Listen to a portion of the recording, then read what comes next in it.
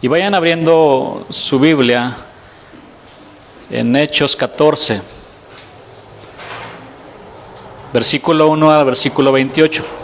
Precisamente estamos a la mitad del libro y casi a la mitad del año, ¿verdad? Entonces estamos hablando de que en diciembre vamos a terminar el libro, si Dios lo permite. Hechos 14 del 1 al 28. Y bueno, también estamos grabando la enseñanza, se está transmitiendo y les mandamos un saludo a los hermanos.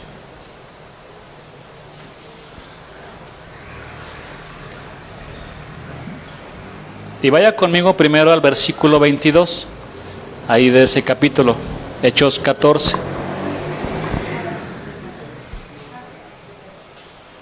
Léanlo conmigo. Confirmando los ánimos de los discípulos, exhortándoles a que permaneciesen en la fe y diciéndoles: es necesario que a través de muchas tribulaciones entremos en el reino de Dios. Vamos a hacer una oración. Señor, gracias por que estamos aquí, queremos recibir tu palabra. Señor, muchas gracias porque tú eres bueno y nuestra vida está delante de ti, Señor. Queremos ofrecernos como un sacrificio vivo, santo, agradable a ti. Y reconocemos, Señor, nuestra gran necesidad también de escuchar el día de hoy tu voz, tu palabra, Señor. Señor, habla a cada uno de nosotros en esta mañana todavía. Te lo pedimos en el nombre de Jesús. Amén. Este es nuestro tema 27. El propósito de las tribulaciones. Voy a leer nuevamente este versículo, Hechos 14, 22. Confirmando los ánimos de los discípulos, exhortándoles a que permaneciesen en la fe y diciéndoles: es necesario que a través de muchas tribulaciones entremos en el reino de Dios. Hermanos, ¿qué es una tribulación?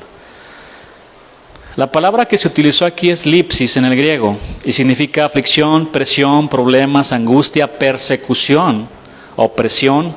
También significa sentir una carga muy pesada. También significa estar prensado. Estas palabras me llamaron mucho la atención, presión y prensado. Son muy interesantes, de hecho. ¿A cuántos de ustedes les gustan las tortillas? A ver, levanten su mano. No, a todos. Y hasta les dio hambre, nada más dije tortillas y despertaron todos. Hasta yo también aquí desperté. Miren, para que una tortilla de esas que tanto nos gustan llegue a nuestras manos y quede redondita, primero se toma la masa, la cual también lleva un proceso de preparación que incluye mezcla, limpieza de los ingredientes, etc. Pero ya cuando se tiene la masa, se le da forma de bolita utilizando las manos. Después de eso se coloca un plástico en la prensa manual para que se puedan sacar fácilmente, para que no se peguen, para que no se rompan. Una vez colocada la masa dentro de la prensa, es presionada con fuerza hasta darle la forma redonda. Ahora, un punto a resaltar es que cuando la tortilla está prensada entre la base y la cubierta de la prensa, queda segundos atrapada y con poca luz hasta que es retirada de la prensa. Lo han checado cuando ya queda segundos porque después se tiene que levantar. Otro punto interesante es que las prensas manuales tienen la forma redonda para dejar la misma forma de las tortillas. Bueno, a veces nos sentimos precisamente prensados como las tortillas por las tribulaciones que Dios permite que lleguen a nuestra vida. Tribulaciones que el Señor permite y que son necesarias en cada uno de nosotros. El diccionario de la lengua española define tribulación como pena, como tormento o aflicción moral. También la define como persecución o adversidad que padece una persona, que fue lo que hemos estudiado en el libro de Hechos, ¿no? Con todas las persecuciones que hemos visto sobre los hijos de Dios. Bueno, a su vez la palabra aflicción Significa causar molestia o sufrimiento físico, causar tristeza o angustia moral, preocupar o inquietar. Bueno, hermano, la tribulación es todo aquel problema que nos oprime, que nos causa molestia o sufrimiento. Y este sufrimiento puede ser físico, emocional o espiritual. Déjenme darles algunos ejemplos. El sufrimiento físico, las enfermedades de todo tipo. El sufrimiento emocional, problemas familiares o económicos, problemas en el trabajo. Y en el sufrimiento espiritual, podemos inclusive estar sufriendo por nuestros familiares que están rechazando el Evangelio. Y ya ni qué se diga de los pastores que sufren por la condición espiritual de las ovejas. Por lo tanto, las tribulaciones son todos aquellos problemas físicos, emocionales y espirituales que nos oprimen en la vida diaria. El Señor Jesús nos dijo claramente que tendríamos aflicciones y tribulaciones en este mundo. Él no engañó a nadie. Él no nos prometió una vida sin problemas. Por supuesto que esto contradice muchas doctrinas falsas que enseñan que los hijos de Dios no deben padecer hambre, enfermedad u otro tipo de aflicciones o tribulaciones. Veamos lo que dijo el Señor Jesús en Juan 16:33. Estas cosas os he hablado para que en mí tengáis paz. En el mundo tendréis aflicción. Es la misma palabra, lipsis, que tribulación. Se utiliza aquí. La misma palabra en el griego, lipsis. En el mundo tendréis aflicción, tendréis tribulación, pero confiad, yo he vencido al mundo. En este capítulo de Hechos que vamos a estudiar, veremos cómo Pablo y Bernabé experimentaron algunas tribulaciones por llevar la palabra del Señor. Sobre todo Pablo, quien fue apedreado y arrastrado por unos habitantes de Listra, lo dejaron tan mal, hermanos, que creyeron que estaba muerto. Y todos sabemos que el Señor había escogido a Pablo como su instrumento para que llevara el Evangelio a los gentiles, a judíos y a reyes. Pero durante esta misión, Dios también permitiría muchas aflicciones en su vida. Hechos 9:15, solamente para confirmar lo mencionado, dice la Escritura, el Señor le dijo a quien Ananías, ve, porque instrumento escogido me es este, para llevar mi nombre en presencia de los gentiles y de reyes y de los hijos de Israel.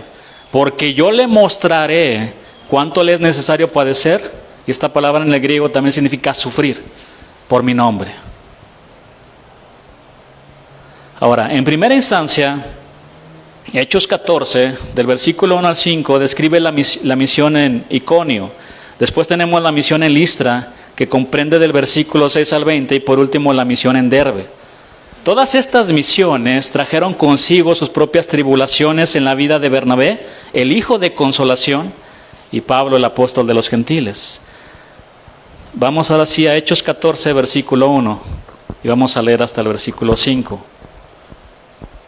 Aconteció en Iconio que entraron juntos en la sinagoga de los judíos y hablaron de tal manera que creyó una gran multitud de judíos y asimismo de griegos.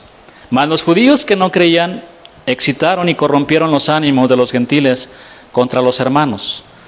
Por tanto se detuvieron ahí mucho tiempo hablando con denuedo, confiados en el Señor, el cual daba testimonio a la palabra de su gracia, concediendo que se hiciesen por las manos de ellos señales y prodigios. Y la gente de la ciudad estaba dividida. Unos estaban con los judíos y otros con los apóstoles. Pero cuando los judíos y los gentiles juntamente con sus gobernantes se lanzaron a afrentarlos y apedrearlos. Bueno, el viaje de Antioquía, de Pisidia a Iconio, fue de unos 140 kilómetros por una carretera romana. Pablo y Bernabé caminaron cerca de 3 o 5 días para poder llegar a ese lugar y dar el Evangelio, caminando. Ahorita ya ni en auto se mueven las personas. Pero, híjole, de verdad esto debería de quebrar nuestro corazón, ¿no?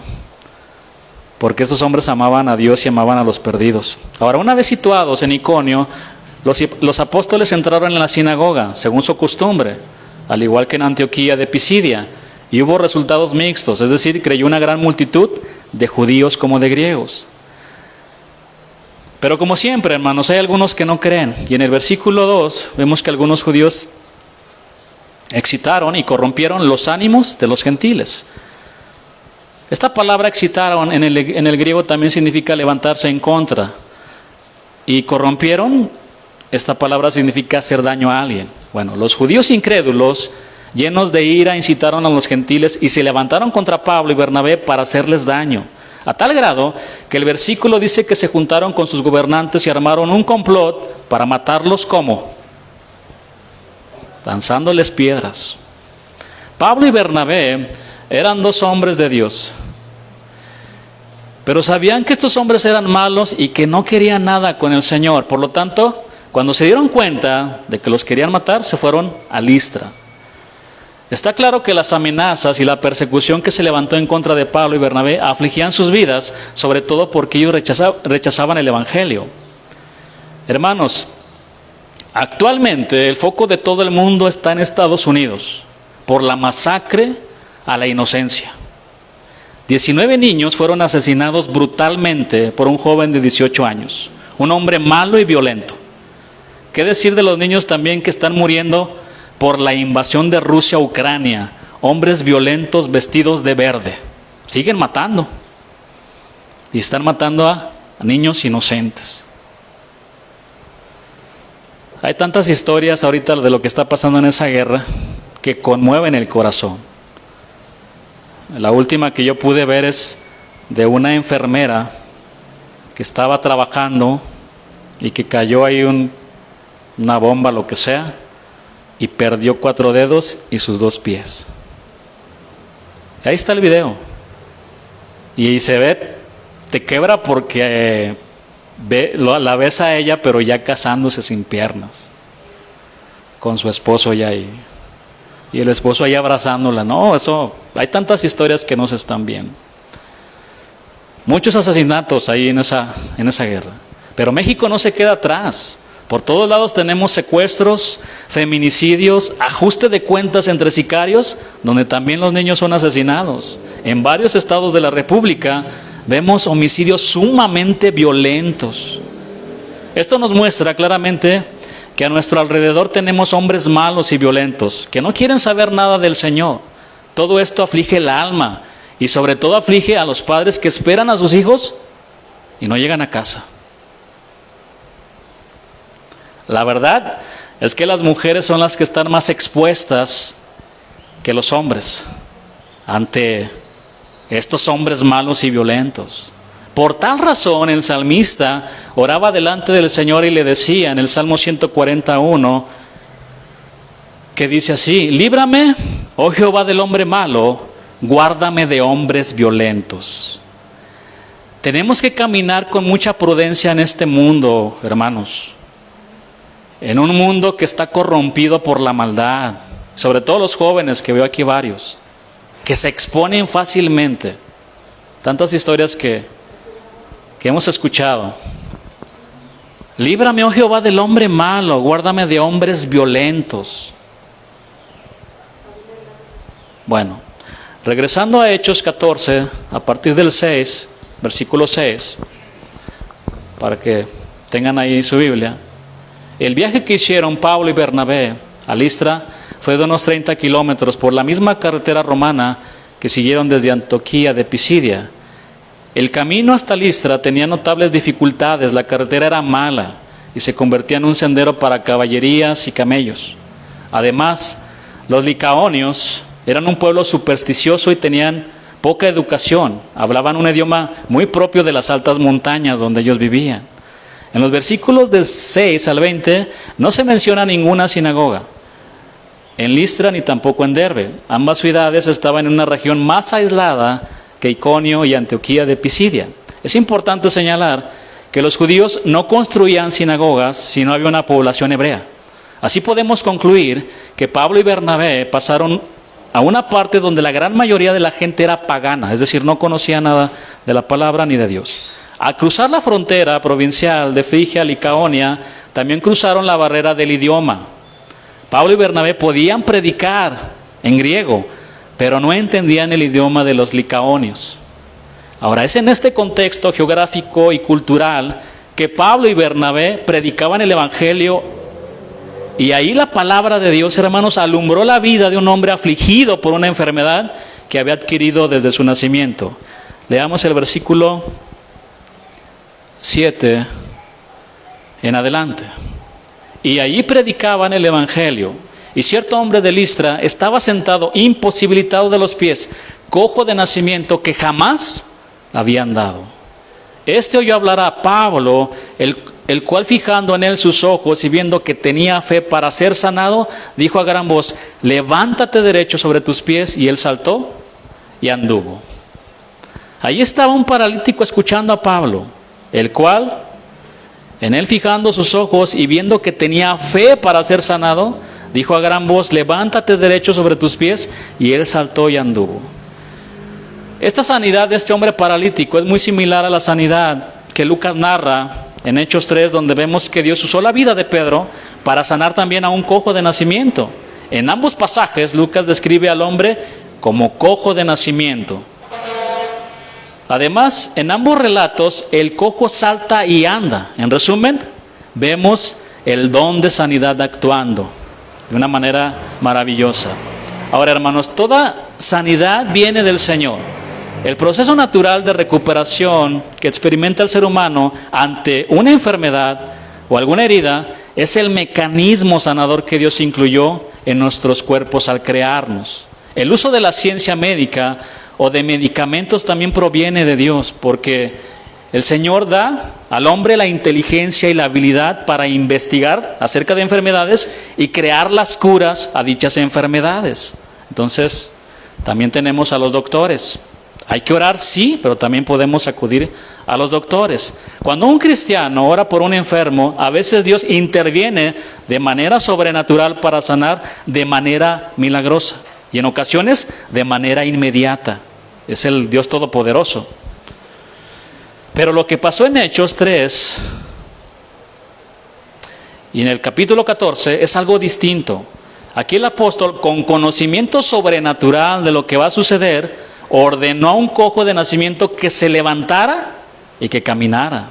En ambos casos, la sanidad ocurre para respaldar la predicación del evangelio y facilitar la fe de los oyentes. Ahora, hermanos, entre todas las tribulaciones que afligen el alma, tenemos las enfermedades. Este hombre desde su niñez quedó inhabilitado. Miraba a los demás niños corriendo, jugando. Y es muy probable que se preguntaba: ¿por qué me pasó esto a mí? La tristeza y la depresión seguramente llegaron en un momento a su mismo ser. Hermanos, ¿qué podemos aprender de todo esto? Que no bajemos el escudo de la fe, que sigan confiando en Dios, que Dios tiene el control de sus vidas. Es verdad que las enfermedades afligen nuestros corazones, pero no estamos solos. Dios está con nosotros y Él tiene el poder para sanarnos hoy, mañana o después, según sea su voluntad. Pero al final, Dios tiene la última palabra. La última palabra. Amén. Vamos al versículo 11.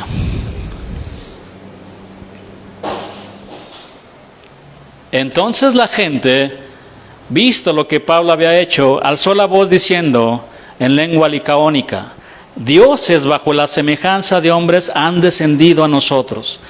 Y a Bernabé llamaban Júpiter, y a Pablo Mercurio, porque este era el que llevaba la palabra.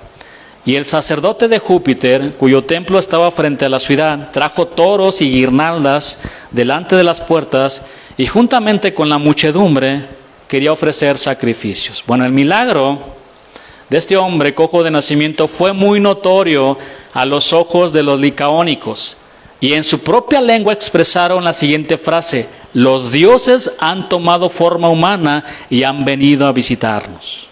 Así dice otra versión. Los licaónicos estaban acostumbrados al paganismo y a todo tipo de dioses, que según los relatos mitológicos venían al mundo de los hombres tomando en ocasiones forma humana. Este milagro fue tan sorprendente que se lo atribuyeron a sus dioses, que según ellos en ese momento se estaban manifestando ¿en quién? En Pablo y Bernabé. Todos estaban enardecidos y gritaban: dioses bajo la semejanza de hombres han descendido a nosotros. Ahora bien, Bernabé y Pablo no sabían qué planeaban hacer. estos habitantes porque no entendían su idioma, no entendían este idioma. El milagro que recibió el cojo de nacimiento muy probablemente ocurrió cerca del templo de Júpiter, que estaba cerca de la entrada de la ciudad. Lean conmigo el versículo 12, 14-12. Y a Bernabé llamaban Júpiter y a Pablo Mercurio, porque este era el que llevaba la palabra. Que llamaran a Bernabé Júpiter y a Pablo Mercurio tiene que ver con sus funciones y sus edades. La imagen de Zeus, que es el equivalente a Júpiter, era el de un anciano. Y Hermes, también que era el equivalente a Mercurio, era el de un vocero. Esa era la imagen. En este caso, Bernabé era el más grande de edad y el mismo texto dice que Pablo predicaba, es decir, era el vocero. Así lo relacionaban ellos. Versículo 13. Y el sacerdote de Júpiter, cuyo templo estaba frente a la ciudad, trajo toros y guirnaldas delante de las puertas y juntamente con la muchedumbre quería ofrecer sacrificios. Bueno, entre los licaónicos se encontraba un sacerdote quien atribuyó el milagro a favor de su divinidad Júpiter, y tomando toros con guirnaldas de flores, como era habitual en los rituales de sacrificio a su Dios, los trajo para ser sacrificados en honor ¿de quién? De Pablo y Bernabé, de sus dioses, que pensaban que los estaban visitando en forma humana. Bueno, este sacerdote se aprovechó de la situación de que la gente proclamaba que estos dioses se estaban manifestando en la persona de Bernabé y Pablo. Rodeado de la multitud, llegó delante de las puertas para sacrificar los toros en honor a Pablo y Bernabé, como si ellos fueran dioses manifestados en forma humana. Tanto el sacerdote como la multitud deseaban darles reverencia y adorar a Pablo y Bernabé. Ahora, para entender lo que estaba pasando en Listra, es necesario conocer un mito contemporáneo en el libro de Metamorfosis del poeta romano Ovidio. En la leyenda de los dioses paganos, Júpiter, que es el equivalente a Zeus en la mitología griega, y Mercurio, que ya vimos, que es el equivalente a Hermes, bueno, ellos llegaron disfrazados como humanos a la región de Frigia y Licaonia, es lo que dice la leyenda. Y dice que visitaron 1000 casas sin encontrar a nadie que los hospedara. Al fin una pareja de ancianos les brindó humilde hospitalidad, por lo cual los dioses castigaron a toda la región con una inundación, pero convirtieron la casa de los ancianos en un templo y ellos hicieron sus sacerdotes. Bueno, esto era un mito muy popular, muy conocido en la región donde Pablo y Bernabé estaban. En consecuencia, cuando la gente vio la sanidad milagrosa del paralítico, concluyeron que los mismos dioses habían vuelto para ver si los iban a recibir mejor en esta ocasión, y ansiosos para evitar el castigo, trajeron animales y guirnaldas para ofrecer sacrificios a los apóstoles y celebrar su llegada. Ahora, aunque Pablo y Bernabé seguían sin entender las palabras del gentío que hablaban en Licaonio, pudieron ver lo que se proponían hacer al apreciar que les querían ofrecer sacrificios. ¿Qué pasó con todo esto? ¿Cómo reaccionaron? Con toda firmeza salieron del lugar donde estaban y se precipitaron entre las gentes, rasgando sus vestiduras, el cual era un gesto usual entre los judíos para manifestar señal de dolor o desaprobación profunda. Y dando grandes voces trataban de detener aquel acto terrible de idolatría. Eran hombres del Señor, hombres de Dios. Hermanos, esta fue una reacción enérgica en extremo. Pablo y Bernabé sabían que Dios prohibía y detesta la adoración a los ídolos. Por tanto, ellos no iban a permitir que le rindieran la adoración que solamente Dios merece. Satanás estaba tratando de pervertir el mensaje del Evangelio. Pablo y Bernabé fueron a anunciar a los gentiles que estaban sumergidos en idolatría la verdad de que solo hay un Dios verdadero, que salva a todo aquel que cree en Jesucristo. Pero estas personas, en lugar de adorar a Dios, estaban adorando a los hombres. Hermanos, si algo Dios detesta, es la idolatría. ¿Por qué? Porque cuando vamos en pos de otros dioses, rebajamos al Dios de toda la gloria a algo que crea el hombre. ¿Me comparas con eso? ¿Con esa imagen? ¿Con esa madera? ¿Con ese cuadro? Y además lo ponemos en el lugar que solo Él merece. Deuteronomio 27:15 dice así la palabra: maldito el hombre que hiciera escultura o imagen de fundición. Vean la siguiente palabra que sigue: abominación, repugnante y asqueroso. Así nos miraba el Señor. ¿Cuál era tu santo favorito? Cuando estabas ahí rezando y postrando delante de tu santo favorito, ¿cuál era? A ver, sin ninguna vergüenza. ¿Quién? San Juan, la Virgen de San Juan. ¿Quién más? La Virgen del Rayo. Y no solamente los adorábamos, nos íbamos a danzarles allá, ¿verdad? A Chalma. ¿Ah? Estábamos en ignorancia, ¿no? Yo le comentaba ahorita a alguien, ¿no? Yo no tuve tanto problema en eso, pero hay gente que está muy arraigada y quítame la vida primero, quítamela. Se les cae su niño Dios y lloran, hermanos, cuando se les quebra. Es terrible, pero Dios dice que para Él ni siquiera lo puede ver ni oler porque le causa mucho asco, es asqueroso. Muy asqueroso todo eso para el Señor. Abominación a Jehová, obra de mano de artífice, y la pusieron oculto. Y todo el pueblo responderá y dirá: amén, así sea. Primera de Samuel 5, 1 al 4. Voy a leerles estos versículos. Cuando los filisteos capturaron el arca de Dios, la llevaron desde Ebenezer a Asdod. Recuerden, el arca representa la presencia de Dios. Y tomaron los filisteos el arca de Dios y la metieron en la casa de Dagón, de un dios pagano. Y la pusieron junto a Dagón. Y cuando al siguiente día los de Asdod se levantaron de mañana, he aquí Dagón postrado en tierra delante del arca de Jehová. La presencia de Dios, estaba ahí Dagón, y al siguiente día ya estaba ese dios pagano postrándose ante la presencia de Dios. Y tomaron a Dagón y lo volvieron a su lugar. Estaba postrado delante del arca. ¿Qué estás haciendo ahí? Lo pusieron a su lado. Y volviéndose a levantar de mañana al siguiente día, he aquí que Dagón había caído postrado en tierra delante del arca de Jehová. Y la cabeza de Dagón y las dos palmas de sus manos estaban cortadas sobre el umbral, habiendo quedado a Dagón el tronco solamente. ¿Ven cómo Dios detesta la idolatría? No lo soporta. Le cortó las manos y lo dejó en un solo tronco, porque él detesta la idolatría, porque es repugnante. Miren, hermanos, ciertamente es repugnante y asqueroso para Dios todas esas reuniones donde se juntan multitudes para adorar esculturas e imágenes creadas por los hombres. Dios detesta eso. Sin embargo, esto ya no nos va a gustar.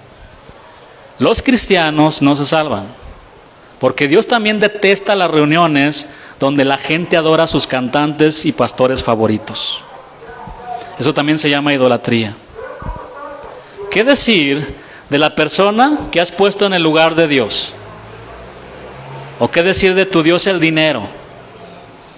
Todo aquello que ponemos en el lugar que solo corresponde a Dios, eso es un ídolo. Un deporte también se puede convertir en tu ídolo. Nosotros mismos nos podemos convertir en nuestros propios ídolos. ¿Sí o no? Y ahí estás tomándote 1000 selfies y subes por todos lados. Te estás adorando tú mismo. Te estás postrando ante tu propio Dios tú mismo. Y yo no hablo de que no se peinen, de que no se cuiden en su aspecto, ¿verdad? Porque también eso es pecado.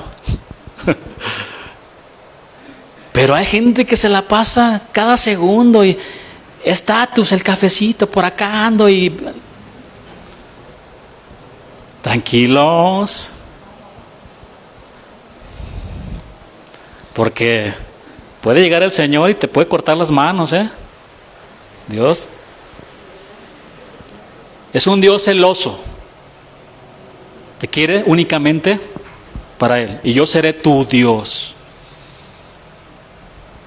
Tu Dios. Y tú serás mi pueblo. Un pueblo santo. Por eso los primeros mandamientos tienen que ver con el pecado de idolatría. No tendrás dioses ajenos delante de mí. No te harás imagen, ni ninguna semejanza de lo que está arriba en el cielo, ni abajo en la tierra, ni en las aguas debajo de la tierra. No te inclinarás a ellas, ni las honrarás, porque yo soy Jehová tu Dios. Y estos mismos mandamientos que acabo de leerle, los encontramos también en Deuteronomio 5, del 7 al 10, por si quieren tomar nota. Vayan conmigo otra vez a Hechos 14, versículo 14.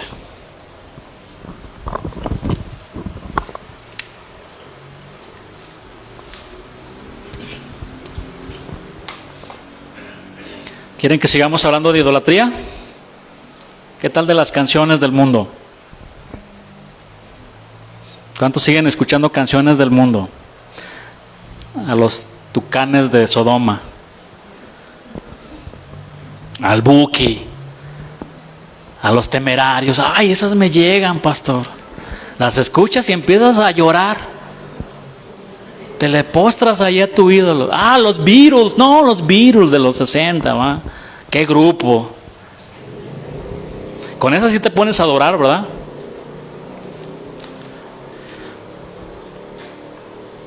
Versículo 14, cuando lo oyeron los apóstoles Bernabé y Pablo, rasgaron sus ropas, se indignaron y se lanzaron entre la multitud dando voces diciendo: varones, ¿por qué hacéis esto? Nosotros también somos hombres semejantes a vosotros, que os anunciamos que de estas vanidades os convirtáis al Dios vivo, que hizo el cielo y la tierra, el mar y todo lo que en ellos hay. Exaltó de una manera gloriosa al Dios verdadero, al Creador de todo. Ahora, cuando Bernabé y Pablo se dieron cuenta de que los licaónicos los estaban convirtiendo en becerros de oro, no se quedaron con las manos cruzadas, sino que se lanzaron a la multitud para detenerlos. Créanme, hermanos, nosotros en su lugar no hubieran hecho nada al respecto, todo lo contrario, le hubieran robado toda la gloria a Dios. En un video de hace unos 20 años aproximadamente, en un congreso, el pastor Chuy dijo en medio de una multitud lo siguiente: qué difícil es que Dios se lleve toda la gloria. ¿Cuándo llegarán esos días en que tú, Señor, recibas toda la gloria y toda la honra?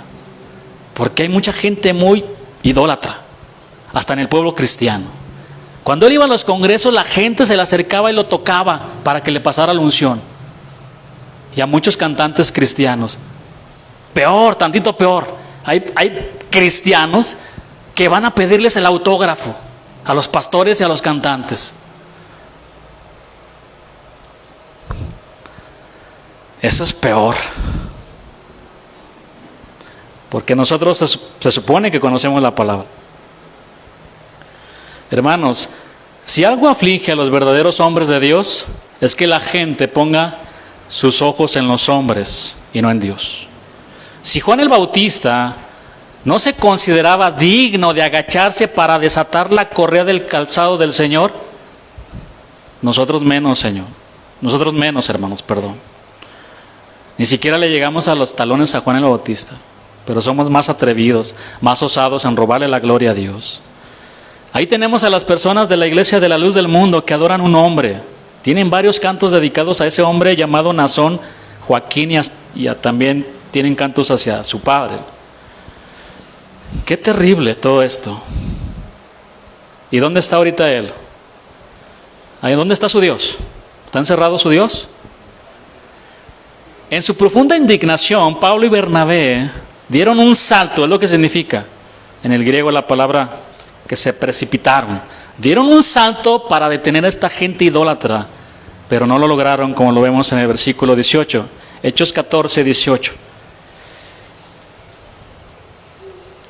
Y diciendo estas cosas, difícilmente lograron impedir que la multitud les ofreciese sacrificio. Mientras gritaban para detener esta abominación delante de Dios, paralelamente ellos les predicaban el Evangelio, presentándoles al único Dios verdadero, como lo vimos también. Esto ilustra a la perfección un problema que ocurre con los milagros. Muchas veces la gente no lo entiende y lo atribuye a cualquier otro menos al Señor. Y ahí está, viene el profeta de allá de Veracruz. Más bien es un chamán, ¿verdad? Profeta. Un milagrero, ahí está en la reunión y pásenle. Y ponen más su fe en el hombre que en Dios. Y se lo atribuyen a él. Entonces cuando se presenta en otro lugar, toda la gente acelerada se va a llenar los estadios. Porque ahí está el hombre que me sanó. No es el hombre, es Dios, hermano. Es Dios.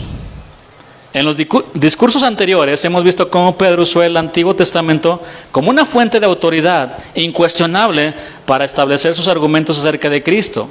La mayoría de sus oyentes eran monoteístas. ¿Qué significa? Que creían en un solo Dios. La situación que Pablo y Bernabé enfrentaron en Listra fue totalmente distinta. Una multitud de paganos politeístas, que tenían muchos dioses, estaban convencidos de que Pablo y Bernabé eran dioses e iban a ofrecerles animales en sacrificio.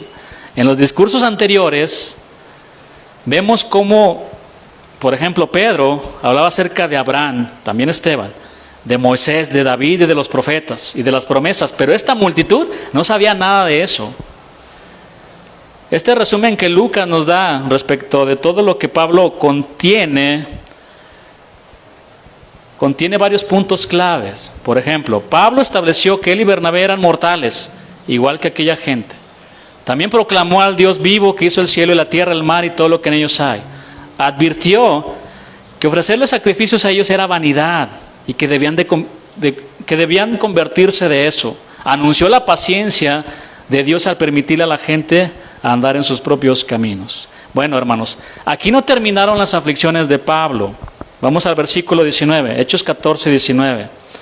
Y las aflicciones que enfrentó Bernabé en estas misiones para llevar la palabra de Dios. Hechos 14, 19 dice: entonces vinieron unos judíos de Antioquía y de Iconio, que persuadieron a la multitud y habiendo apedreado a Pablo, le arrastraron fuera de la ciudad, pensando que estaba muerto. En medio de las dificultades que ya se han producido, hicieron su aparición judíos procedentes de Antioquía y de Iconio, enemigos acérrimos de Pablo, que avivaron el fuego de la ira de la multitud contra Pablo. La predicación del Evangelio desató una fuerte oposición y enfrentamiento en un mundo controlado por Satanás. Los instrumentos aquí fueron los judíos que recorrieron 50 kilómetros para detener a Bernabé y a Pablo. Lo que no consiguieron en Iconio, estamos recordando que los querían apedrear, ahora lo iban a lograr a toda costa. Los querían matar a pedradas. Antes de continuar, le voy a animar a reflexionar un momento en lo que significa ser apedreado en esa época. Imagínese usted que está rodeado por gente enardecida que le están arrojando piedras en ese momento. Una lluvia de piedras caen sobre usted. Usted siente los golpes en su espalda y por el costado y por todos lados. Se cubre su cabeza con las manos, corre de un lado a otro, pero no puede escapar. Finalmente cae al suelo bajo la lluvia de golpes fuertes y dolorosos, pierde el conocimiento y después es arrastrado. Imagínese el dolor, la vergüenza y la impotencia. Años después, Pablo escribiría este episodio en 2 Corintios 11:25, entre una lista de padecimientos horribles que sufrió por causa del Evangelio. Al final de su vida le escribió a Timoteo lo siguiente, y le estaba recordando a Timoteo todo esto. En 2 Timoteo 3:10, al versículo 12, que dice así: pero tú has seguido mi doctrina, conducta, propósito, fe, longanimidad, amor, paciencia. Persecuciones, padecimientos como los que sobrevinieron, ¿en dónde? En Antioquía, en Iconio y en Listra. Persecuciones que he sufrido y de todas me ha librado el Señor. Y versículo 12 termina, y también todos los que quieren vivir piadosamente en Cristo Jesús padecerán persecución. Le estaba recordando a Timoteo. Hermanos, solo veamos las tribulaciones que enfrentó el apóstol Pablo y otros hombres de Dios y comparemos un poco con lo que estamos pasando. Sin lugar a duda, Pablo, en ocasiones, así como esa tortilla que está siendo prensada y donde por un momento no hay luz, todo se pone peor cada vez más, ¿no? Decimos. Así estaba el apóstol prensado por tantas aflicciones y tribulaciones. Hermanos, Pablo quedó tan mal que creyeron que estaba muerto. Y algunos estudiosos dicen que realmente Pablo sí murió ahí. Y que fue en ese momento que Dios le mostró las revelaciones celestiales del paraíso. Como dice 2 Corintios 12, al versículo 4, que les leo. Ciertamente no me conviene gloriarme, pero vendré a las visiones y a las revelaciones del Señor. Conozco un hombre en Cristo, está hablando de él, que hace 14 años, si en el cuerpo, no lo sé. Si fuera del cuerpo, no lo sé. Dios lo sabe. Fue arrebatado hasta el tercer cielo, donde está el Señor. Y conozco al tal hombre, si en el cuerpo o fuera del cuerpo, no lo sé. Dios lo sabe, que fue arrebatado al paraíso, donde oyó palabras inefables, indescriptibles, que no le es dado al hombre expresar. Por eso algunos estudiosos dicen que realmente murió ahí. Y el Señor después lo levantó, lo resucitó. Pero él no habló de lo que vio en los cielos. Y es terrible, ¿no? ¿Cuántos de ustedes han escuchado a gentes que dan testimonios de que fueron al infierno o de que fueron al cielo? Yo les estoy hablando acerca de 10, 15 años donde había un disco de unos jóvenes que visitaron al infierno y que les preguntaban a todos los del infierno, ¿y tú por qué estás aquí? Porque no diezmaba. Qué terrible, o sea. ¿Ustedes creen que porque uno no diezma se va al infierno? A ver, levanten su mano. Así que diezmen, hermano, no sé por qué. No, es terrible, tantas cosas que salen ahí en internet, que yo vi a no sé quién. Y Pablo dijo, a mí no me dejaron hablar de esto. Donde oyó palabras inefables que no les dado al hombre expresar. Si realmente Pablo murió ahí, no cabe duda que Dios lo levantó de los muertos, porque no era tiempo de que él partiera a su presencia. Había mucho trabajo todavía. Versículo 20, Hechos 14, 20. Miren qué escena tan bonita, muy bonita. Pero rodeándole los discípulos, se levantó y entró en la ciudad, y al día siguiente salió con Bernabé para Derbe. Yo me puedo imaginar a Bernabé, el hijo de consolación, cuando lo encontró ahí, tirado, con sangre, todo sucio. Todos los discípulos que acudieron al lugar donde arrojaron a Pablo, lo hicieron sin duda para llorar al apóstol, al maestro y a su amigo. Bien podemos imaginar el dolor y la aflicción que saturó el corazón de Bernabé al verlo en el suelo, sucio por el polvo del camino donde lo arrastraron, ensangrentado, y para él como los demás, irremediablemente lo estaban viendo muerto. Dios lo había escogido para llevar el evangelio y por lo tanto Dios lo iba a mantener con vida hasta que Dios cumpliera su propósito en él. Igual para nosotros, ¿por qué creen que seguimos vivos? Hay un propósito. Para aquellos que no se han arrepentido de sus pecados, que se arrepientan de sus pecados y crean en el evangelio. Para aquellos que ya lo hicieron, servir al Señor. Amar al Señor con nuestra vida todos los días. Los hermanos lo rodearon, es decir, formaron un círculo para protegerlo. Uno lo levantó, otro lo limpió de su rostro sucio y ensangrentado, y todos oraron por su hermano Pablo. Pablo más adelante, en una de sus cartas, con mucha razón escribió que él llevaba las marcas del Señor Jesús a causa de sus tribulaciones. Segunda de Corintios 4:7 al versículo 10. Y estas no son los estigmas de los que hablan. No eran los latigazos, las piedras, o sea, traía las marcas. Pero tenemos este tesoro en vasos de barro para que la excelencia del poder sea de Dios y no de nosotros. Que estamos atribulados en todo, mas no angustiados, en apuros, mas no desesperados, perseguidos, mas no desamparados, derribados, pero no destruidos, llevando en el cuerpo siempre por todas partes la muerte de Jesús. Las marcas del Señor también en nuestra vida, como también lo dice en su epístola a los Gálatas, para que también la vida de Jesús se manifieste en nuestros cuerpos. Hermanos, como en todo, Dios tenía un propósito en todo esto que estaba sucediendo en las vidas de sus hijos, Bernabé y Pablo. Vamos al versículo 21 y versículo 22. Y después de anunciar el evangelio a aquella ciudad y de hacer muchos discípulos, ¿ven el propósito? Dios tenía un propósito detrás de todo esto que le estaba pasando a Bernabé y a Pablo. Volvieron a Listra, Iconio y a Antioquía, confirmando los ánimos de los discípulos, exhortándoles a que permaneciesen en la fe y diciéndoles: es necesario que a través de muchas tribulaciones entremos en el reino de Dios.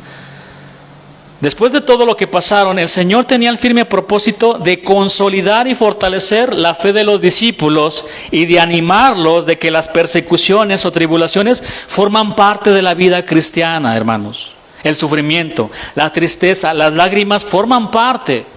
Habrá tiempo de gozo, de alegría, pero después vendrá tiempo de llorar. Eso forma parte. ¿Cuándo seremos libres? Cuando estemos con el Señor para siempre. Allí no habrá tristeza, no habrá dolor, no habrá muerte, no habrá pecado. Todo se terminará. Por eso les decía el domingo pasado, ¿quién quiere ya estar con su Señor?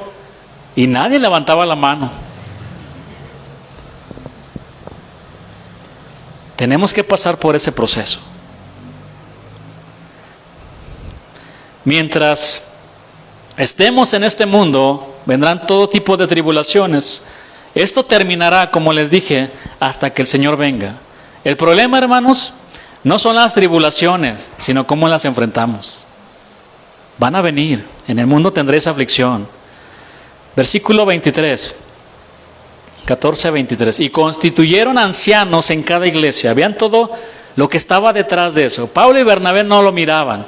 Nuestra vista es corta, no podemos ver más allá, pero Dios sabe el presente y el futuro. Todo lo sabe. Estaba reflexionando y a lo mejor es algo chistoso, ¿no? Pero aunque decimos que hoy es el presente, si te pones a pensar y a reflexionar, cada acción y cada palabra que decimos ya es parte del pasado. Lo que acabo de decir ya fue parte del pasado. El movimiento que acabo de hacer ya quedó en el pasado. Pero Dios es eterno, o sea, Él conoce todas las cosas, pasadas, presentes y futuras. Y Él miraba en ellos. Necesitamos formar discípulos. Necesitamos que se afirmen los discípulos. Pero ustedes tienen que pasar por este proceso, Bernabé y Pablo.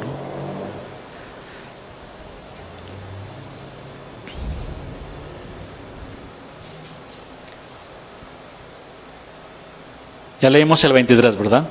Y constituyeron ancianos en cada iglesia, y habiendo orado con ayunos, los encomendaron al Señor en quien habían creído. Vamos al siguiente versículo, 24 digo. Pasando luego por Pisidia, vinieron a Panfilia, y habiendo predicado la palabra en Perge, descendieron a Atalia. De ahí navegaron a Antioquía, desde donde habían sido encomendados a la gracia de Dios para la obra que habían cumplido. Y habiendo llegado y reunido a la iglesia, refirieron cuán grandes cosas había hecho Dios con ellos. No se quejaron. La obra seguía. Y cómo había abierto la puerta de la fe a los gentiles. Qué gran propósito tenía el Señor detrás de todo esto. Porque más adelante dice, y se quedaron ahí mucho tiempo con los discípulos. Y seguramente les enseñaban la palabra. Y les decían, ustedes también van a pasar por esto. Pero ánimo, sigan adelante, Dios está con nosotros. El propósito de las aflicciones es el tema. Todas las aflicciones, por ejemplo, que padeció Job tenían un propósito. ¿Cuál era? Conocer a Dios. Él dijo, de oídas te había oído, mas ahora mis ojos te ven. ¿Cuál fue el propósito para José el soñador? Después de años, José entendió el propósito de todas las aflicciones. ¿Recuerdan todo lo que él pasó? Muchas cosas a las que fue sometido. Este propósito era preservar la vida de muchos, incluyendo a su familia. Veamos Génesis 45:7, o se lo leo rápidamente. Y dice, y Dios me envió delante de vosotros para preservaros posteridad sobre la tierra y para daros vida por medio de gran liberación. Y la escena es dramática, Están los hermanos ahí, los hermanos no lo conocían, él sí los conocía, y empieza a llorar. Inclusive dice la escritura que se va a esconder a un cuarto y a gritar porque eran sus hermanos, después de mucho tiempo, los que lo habían aventado allá a la cisterna. Pero no guardó ningún rencor, ninguna amargura como muchos guardan todavía. Nada. Fue y los abrazó. Y después de todo lo que él pasó, José dijo, miren, Dios me ha mostrado que tuve que pasar por todo esto para salvarles la vida a ustedes. No, es una escena muy bonita. Imagínense los hermanos, nos va a matar. No guardó nada. Háblenle a mi papá, vayan por mi otro hermano, quiero hablar con todos. Porque había una gran hambruna y lo salvó. ¿Qué decir de nuestro Señor Jesucristo? ¿Qué decir de Él? Todo lo que Él vivió, todas las tribulaciones, ahí en el huerto de Getsemaní, una depresión muy profunda, vivió un calvario de tribulaciones que cualquier hombre hubiera reventado de tanta presión emocional y espiritual, y con todo el tormento que él experimentó físico. Un propósito muy hermoso que hay detrás también de las tribulaciones, hermanos, es formarnos a la imagen del Señor. Es formarnos. Leamos 2 Corintios 3:18 y después Romanos 8:29.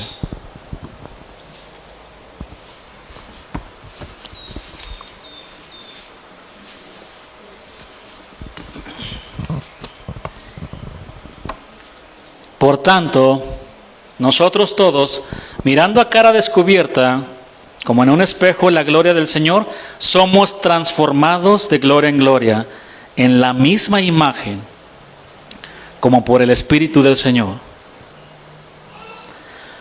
Romanos 8:29 dice, porque a los que antes conoció también los predestinó para que fuesen hechos conformes a la imagen de su Hijo, para que Él sea el primogénito entre muchos hermanos. ¿Cuántos quieren ser formados a la imagen del Señor? ¿Sí, de verdad? Pensar como Él, vivir como Él, perdonar como Él, como lo hizo, tener compasión como tuvo compasión de los demás. Es muy hermoso. Todos dijeron amén. Bueno, primero tenemos que ser limpiados, tenemos que ser preparados y formados, y después de eso necesitamos ser colocados, así como la tortillera coloca la masa en la prensa. Y ahí en la prensa que le baja con presión para formar una tortilla redonda, a la misma imagen de la prensa. Tenemos que ser colocados también de cierta manera nosotros en la prensa para que salgamos a la imagen del Señor.